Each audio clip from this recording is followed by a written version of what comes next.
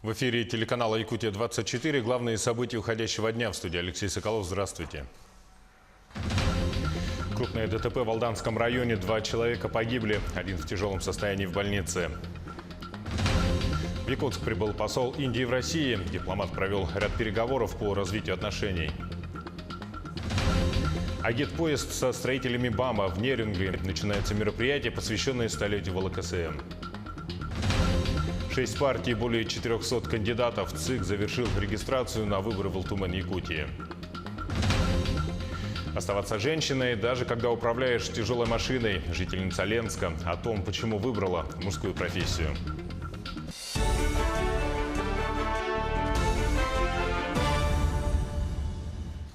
Третий пострадавший в ДТП в Алданском районе находится в крайне тяжелом состоянии. С места аварии его оперативно доставили в реанимационное отделение Алданской центральной районной больницы.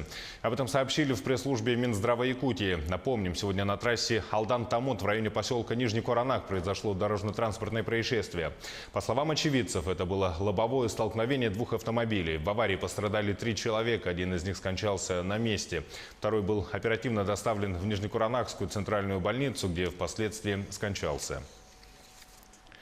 3 российских журналиста убиты в Центральной Африканской Республике. Среди погибших журналист Архан Джемаль, оператор Кирилл Радченко и режиссер Александр Расторгуев. Как сообщает агентство «Франс Пресс», их тела были обнаружены недалеко от города Сибю, что в 300 километрах к северу от столицы республики, города Банги. По предварительным данным, съемочную группу убили ради грабежа.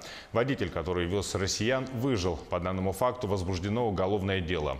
Архан Джемаль в 90-м году по окончании института был по распределению направлен на работу в Якутию, где работал в должности начальника отряда и заместителя начальника партии якутгеологии до 1993 года.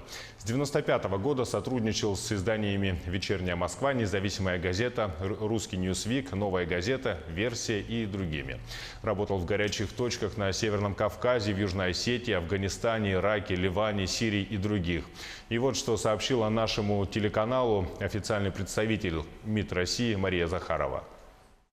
Доставкой тел сейчас занимается наше посольство. Мы предполагаем, что оно состоится в ближайшие дни. Точные даты и время будет сообщен родственникам. Сегодня группа, представляющая силовиков САР, еще раз выйдет на место, где были обнаружены тела погибших россиян. Делается все в первую очередь для того, чтобы оформить документы и отправить тела. И, конечно, задача максимум – это правда о том, что случилось, и выяснение всех обстоятельств, и, конечно, наказание всех, кто был причастен к гибели российских граждан.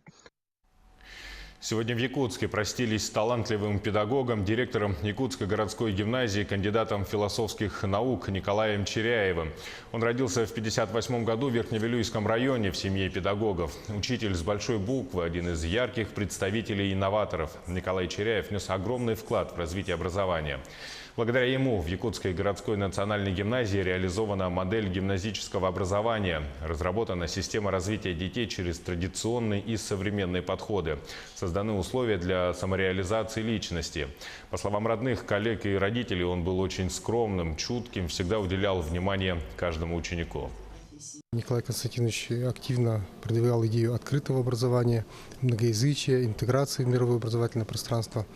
Были такие проекты реализованы, как дистанционная школа, дистанционный филиал Оксфордской школы с обучением на английском языке, бизнес-классы совместно с Эдмонтским коммуникативным колледжем, языковой портфель совместно с ЮНЕСКО и Центр восточных языков. То есть вот все такие вот достаточно уникальные проекты, которые представляют такую особенную такую ценность у нас в образовании.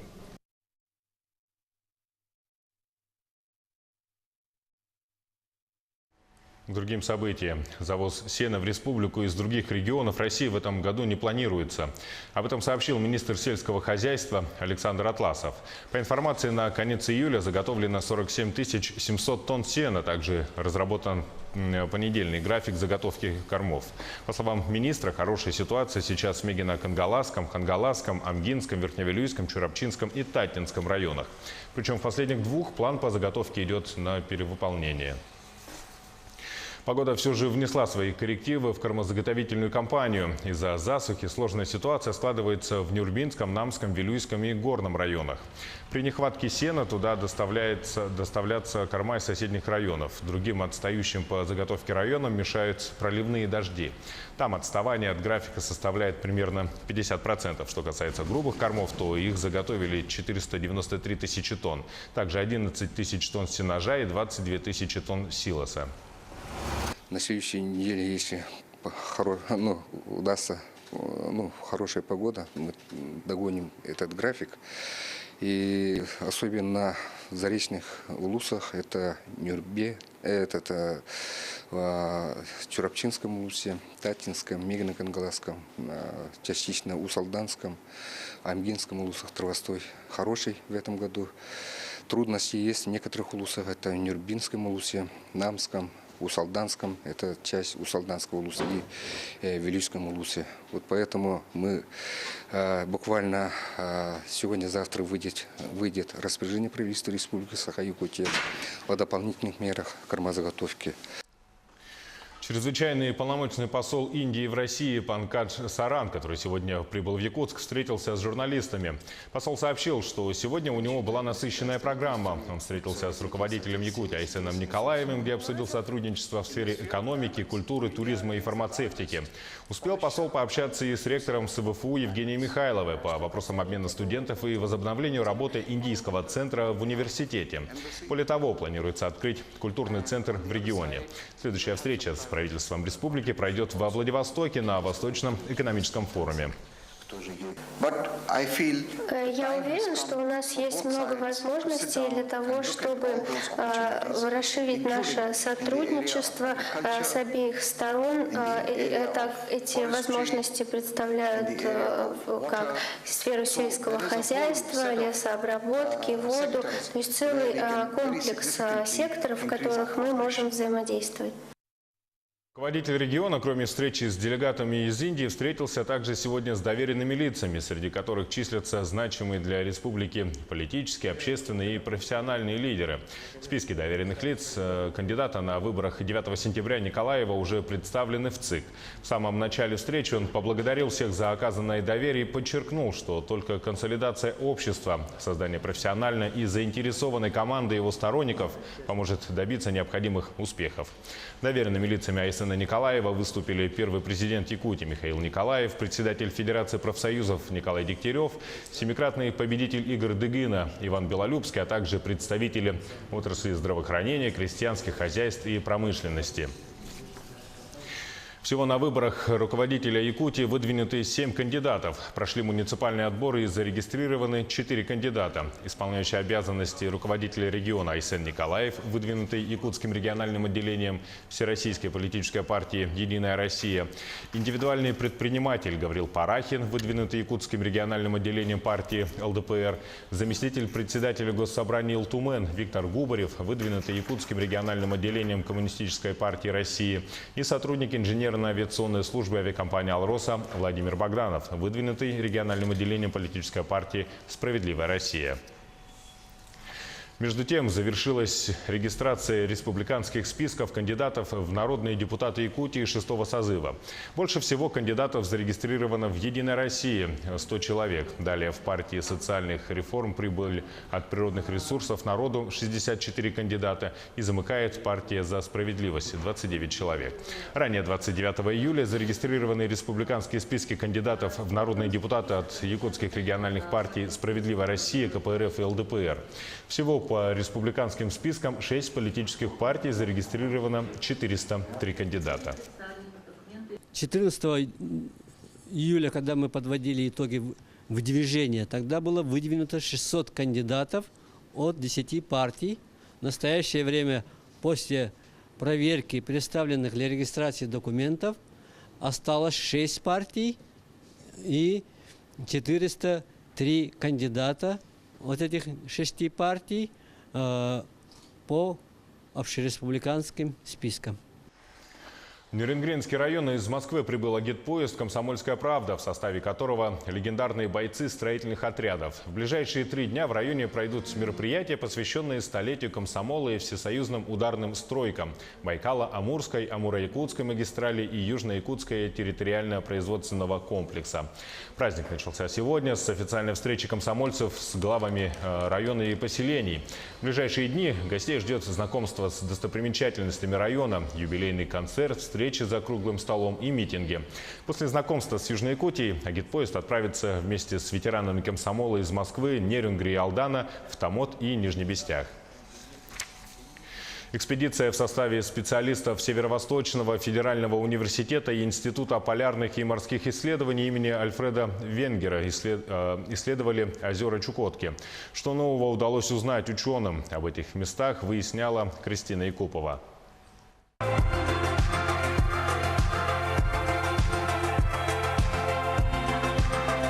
Месяц исследовательской работы. 14 ученых России и Германии изучали озера Илерней и Рауча-Гыдгын. Первая разведывательная экспедиция на Чукотку состоялась в 2016-м. В этом году собирали дополнительный материал.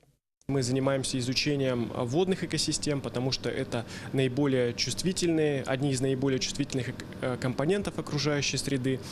Также производится изучение околоводной растительности, растительности водосборных территорий. При этом производится широкий охват различных типов растительности. Изучали видовые составы, обилие и биомассы растений, отбирали пробы почвы. Кроме того, ученые изучали растительность вдоль автомобильных магистралей у города Билибино. Основной исследуемый компонент, за которым ездят в экспедицию на север, это контейнер с собранным материалом, донными отложениями озера. Благодаря этому материалу можно определить генетические особенности и изменения окружающей среды района исследования.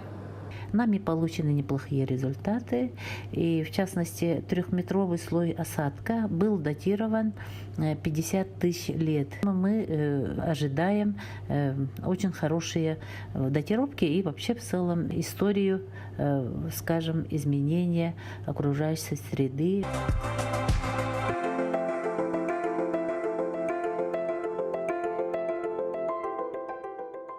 Кристина Якупова, Владимир Павлов, Якутск. А сейчас небольшой блок рекламы, и смотрите далее на телеканале «Якутия-24». С сегодняшнего дня повысили выплаты работающим пенсионерам. Обманутые дольщики в Мирном в поисках правды. Люди вынуждены снимать жилье и платить ипотеку. Оставаться женщиной, даже когда управляешь тяжелой машиной. Жительница Ленска о том, почему выбрала мужскую профессию. Якутия-24, мы продолжаем наш выпуск. С сегодняшнего дня повысили выплаты работающим пенсионерам. Перерасчет и последующая прибавка к пенсии коснется всех сотрудников пенсионного возраста, за которых работодатели платили страховые взносы в течение прошлого года. Как будет рассчитана сумма прибавки, есть ли какие-либо ограничения, узнавал Александр Зубехин. Августовское повышение страховых пенсий работающих пенсионеров производится в автоматическом режиме. Пенсионерам не нужно подходить в территориальный орган пенсионного фонда и писать какие-либо заявления. На перерасчет могут рассчитывать получатели трудовой пенсии по старости, по инвалидности. Прибавка зависит от суммы страхового взноса, которую перечислял работодатель. Данное увеличение для пенсионеров будет носить индивидуальный характер в пределах 3 пенсионных баллов. И в рублях это будет не более 240 рублей. В этом году увеличение пенсий получат более 40% получающих пенсий по Республике Саха-Якутия. Если пенсионер работал неофициально или работодатель не производил отчислений в пенсионный фонд, перерасчета не будет. Новость о корректировке смутила некоторых горожан. Это так, на базар даже не хватит сходить. Булку хлеба купил, бутылку молока и все, и больше и нету ничего. Ну, двое суток ты покушаешь еще. Если так вот, как вот я тяну, ну, на 3 дня мне, может, хватит. А больше все потом Сегодня в Якутии 100 тысяч работающих пенсионеров. По всей России 9 миллионов. Нехитрые расчеты, и получается, что в масштабах страны на корректировку потратят 11 миллиардов рублей. Уже не так мало. Изменения не коснутся неработающих пенсионеров. Для них в следующем году будет индексация. Сегодня федеральное правительство ищет пути для постоянного увеличения пенсий. Одна из ключевых задач, которая сформулирована мною перед правительством, это повышение доходов пенсионеров. Причем значительное повышение их доходов. Какие меры будут предложены правительством в ближайшее время для этой ключевой задачи, мы должны узнать в самое ближайшее время. По прогнозам, уровень инфляции в 2019 году составит 4%. Если новый законопроект о пенсионной реформе одобрят, то увеличится не только возраст выхода на пенсию, но и размер ежемесячных выплат. Предполагается, что индексация в следующем году будет выше инфляции. Александр Зубехин, Артем Алексеев, Якутск. В Алдане побывали представители Национального центра общественного контроля в сфере жилищно-коммунального хозяйства. Специалисты центра посещают все регионы, чтобы оценить картину, в каких условиях сегодня проживают люди. С гостями встретился и наш корреспондент Руслан Павлов. Два многоквартирных дома по улице Октябрьской в Алдане были построены по федеральной программе переселения из аварийного жилья. Именно их посетил первыми представитель Национального центра общественного контроля в сфере жилищно-коммунального хозяйства Сергей Сохранов. Задачи центра – это взаимодействие с собственниками жилья в многоквартирных домах, выявление проблем и приведение условий жизни граждан как минимум к нормативным показателям. Цель наша – это улучшить жизнь граждан по всей стране.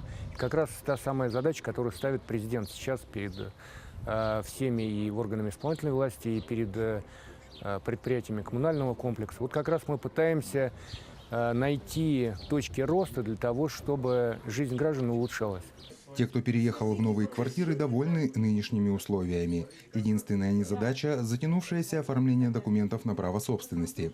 Впрочем, вопрос решается, в том числе на уровне правительства республики, и, по словам местной власти, до конца года люди получат документы. Есть некоторые замечания по оформлению документов, но это все в процессе и уже на завершающем этапе. Надеемся, что в самое ближайшее время мы выдадим жильцам свидетельство о регистрации права на данные квартиры, и этим самым уже завершим программу в том виде, в котором она должна быть. Специалисты Центра ЖКХ «Контроль» колесят по всей стране, собирая информацию об условиях жизни местного населения и возможностях власти решать эти вопросы. Как оказалось, в Алдане условия проживания в новых домах значительно лучше, чем в других регионах. Сюда я прибыл, например, из Магадана. Дома по тем же самым типовым проектам стоят. Но вот то, что я увидел в Магадане, и то, что я увидел здесь, в Алдане, да, Магадан вроде бы столица субъекта, а Алдан – это 600 километров от столицы, да, вашего региона. Но вот те дома, которые стоят здесь, они существенно лучше выглядят, чем те, которые есть у ваших соседей. За время действия программы по переселению из аварийного жилья в Алданском районе было введено в строй 20 300 квадратных метров жилья. В них переехали 848 человек. А в этом году федеральная программа не действует, зато республика заложила в бюджет средства для приобретения жилья и переселения граждан в новые квартиры. Мы надеемся на получение порядка 70 миллионов рублей для покупки домов в городе Томот. Квартир. Материалы, собранные в регионах и на местах специалистами Национального центра общественного контроля в сфере жилищно-коммунального хозяйства, будут использованы при формировании новой федеральной программы по переселению из аварийного жилья, которая стартует в 2019 году. Руслан Павлов, Алдан. Дольщики одного из многоквартирных домов в Мирном обратились к главе города с наболевшим вопросом, когда же они смогут въехать в свои квартиры. У многих существуют проблемы с жильем, и приходится и снимать жилплощадь, и одновременно платить за ипотеку.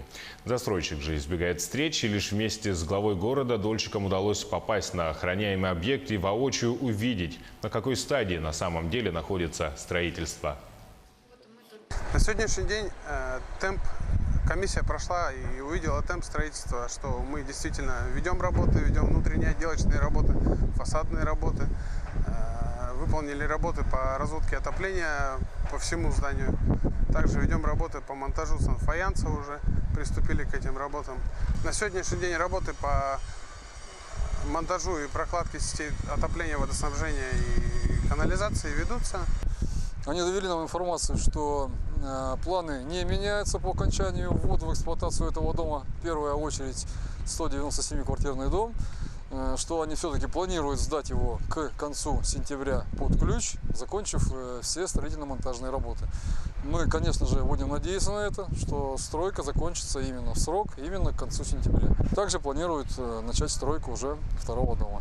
Мы, как администрация города Мирного, стоим на защите наших граждан, то есть дольщиков, которые участвуют в этом строительстве, и будем прикладывать все усилия для этого, чтобы стройка закончилась в срок.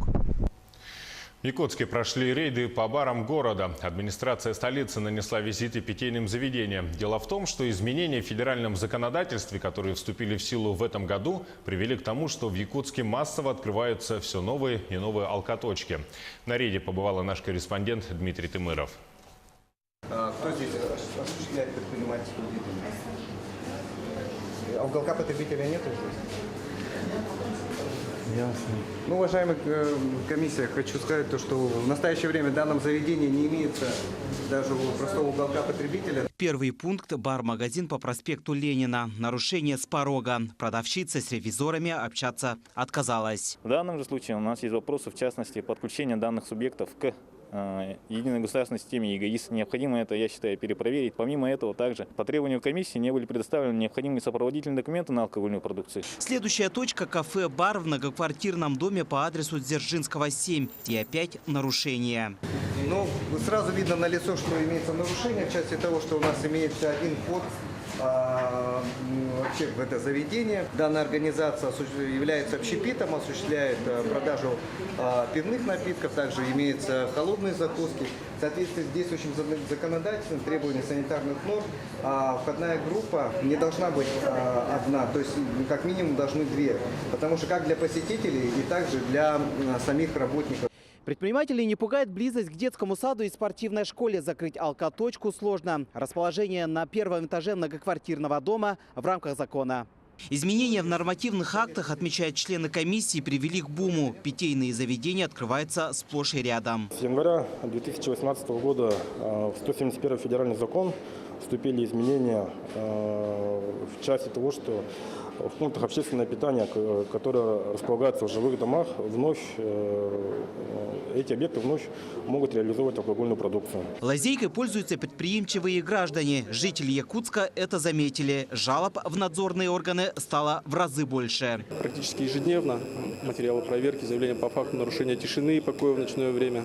Ну, естественно, собирается в данных заведениях такой контингент, скажем, не очень хороший, да, после которых совершаются административные правонарушения либо преступления. Административная комиссия проверила 6 объектов, где свободно торгуют алкоголем. Все факты нарушений направят в соответствующие органы для принятия мер.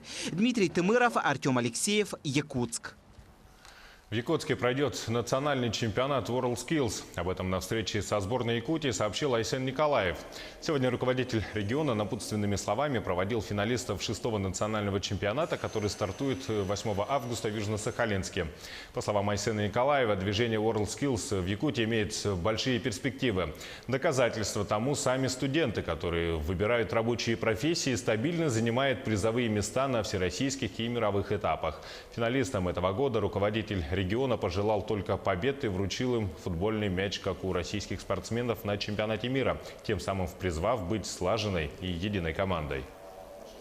Уверен, что рано или поздно национальный чемпионат у нас здесь в Якутске состоится. Может быть, это произойдет не так быстро, как нам хотелось бы, но мы к этому будем стремиться. Развитие этих рабочих специальностей, по которым работает WorldSkills Russia, оно очень важно. И я сегодня, честно скажу, не лукавя, что уровень компетенции по наших чемпионов по тем или иным рабочим специальностям, он уже практически на уровне выпускников высших учебных заведений. Жительница Ленска выбрала себе не совсем женскую профессию. Анна Комогорцева работает крановщицей в Ленском речном порту уже 6-й год.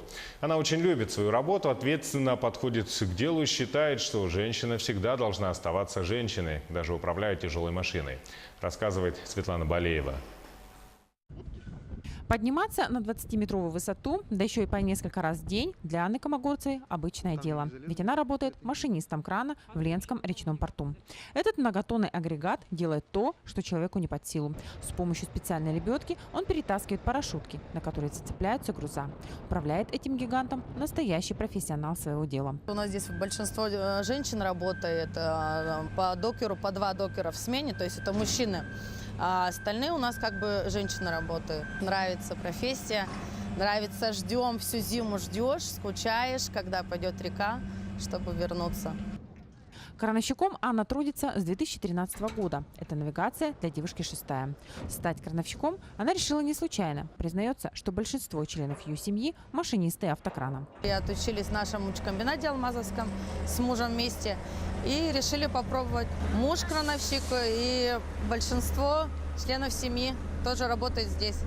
После обучения девушка переживала, получится ли с такой огромной высоты с точностью до сантиметра управляться с многотонными грузами. Теперь это делает с легкостью. Для Анны сегодня нет невыполнимых задач. Да, нормально, легко справляемся, ко всему привыкает человек и как бы работа нравится. Сложностей особо нет. Различные груза, наоборот, это очень интересно, новое что-то. Я очень люблю мешки. Мешки с цементом, мешки с селитрой. Ну и да, разные груза, все идут груза. Сейчас большое разнообразие. Раньше, когда я пришла в 2013 году, было как бы меньше разнообразия. Сейчас с каждым годом все больше и больше различные груза. Это стереотип, что на тяжелом производстве нет ни доли романтики. А Анна на своем опыте убедилась в обратном. Ведь каждый день, поднимаясь по лестницам крана, она чувствует себя покорительницей вершин. Такое чувство испытать дано далеко не каждому. Светлана Балеева, Виталий Андреев, Ленск. На территории бывшей воинской части в Якутске построят новый микрорайон. На сегодняшний день землю уже оформили в республиканскую собственность и приступили к выбору застройщика. Каким власти республики видят новый жилой район, расскажет Юрий Осипов. Как после бомбежки, выбитые окна и полуразрушенные здания, не декорации, территория вокруг воинской части. Однако в ближайшее время все сравняют с землей. На этом месте построят новый микрорайон. Жители близлежащих домов рады новым соседям. На инфраструктуру или столько повлияет. Будут маршрутки будут ездить, дороги будут делать. Только нас улицы надо, тротуар делать, асфальтировать надо. Я думаю, что более инфраструктура у нас разовьется. Мне кажется, хорошо обустраивается район. Лучше будет, намного лучше. По крайней мере, этого забора не будет. Будет очень хорошо, потому что здесь очень много людей, которые нуждаются. Вот эти вот старые деревяшки, которые там стоят, их надо все разрушать и делать хорошие дома. Поэтому я только за. Территория будущего микрорайона 68 гектаров. Основная масса – многоквартирные дома. Жилая площадь нового микрорайона составит 350 тысяч квадратных метров. Это 6589 квартир. Для сравнения, общая площадь 203-го микрорайона составляет 270 тысяч квадратных метров. На месте покосившегося забора построят 2 школы и 2 детских сада. А еще поликлиника, баня, гараж на 100 автомобилей, фитнес-клуб и магазины. На эти цели потребуется более 30 миллиардов рублей. Кроме этого, только на инфраструктуру необходимо около 3 миллиардов рублей, поскольку надо решать вопросы по водоотведению, водообеспечению и по теплоснабжению. Это более затратные. Сегодня ищут потенциального застройщика огромной территории. Проект будущего микрорайона показателен. Подтверждает, что подходы к строительству в Якутии меняются. Дома больше не растут, как грибы. В приоритете квартальная застройка. Когда с многоэтажками появляется инфраструктура и создают условия не просто для покупателя, а для человека. Юрий Осипов, Владимир Павлов, Якутск. В столице дан старт конкурсу эскизных проектов по благоустройству набережной имени Романа Дмитриева. Имя легендарного спортсмена присвоили набережные на 202-м микрорайоне 3 марта решением Якутской городской думы. А сегодня управа Губинского округа приглашает всех желающих принять участие в конкурсе на лучший эскизный проект. Какие требования предъявляют к проектам, расскажет Дмитрий Тимыров. Набережная в честь легендарного олимпийца Романа Дмитриева будет под стать известному спортсмену. В масштабных изменениях помогут архитекторы и дизайнеры. Участок проектирования размещен на прибрежной части города на пересечении улицы Хабарова и 202 микрорайона. Расстояние проектируемой территории примерно 1200 метров, начиная от этого перекрестка в сторону городского пляжа. Летом излюбленное место отдыха горожан. Студенты, школьники, семьи с детьми. У каждого идеи для благоустройства набережной. Игровые площадки, чтобы были, цветов много было.